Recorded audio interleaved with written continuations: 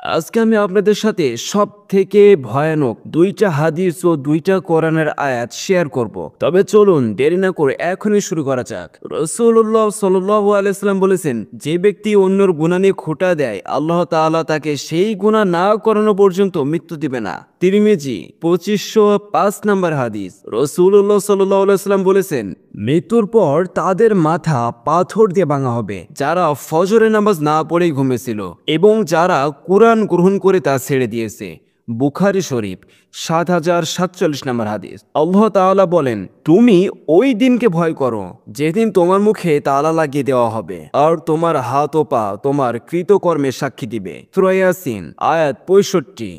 আল্লাহ তাআলা বলেন, আমি ইচ্ছা করলেই সবাইকে হেদায়েত দান করতে পারতাম, কিন্তু আমার এই কথা অবশ্যই সত্য, আমি মানুষ এবং জিন দ্বারা জাহান্নাম পূর্ণ করব।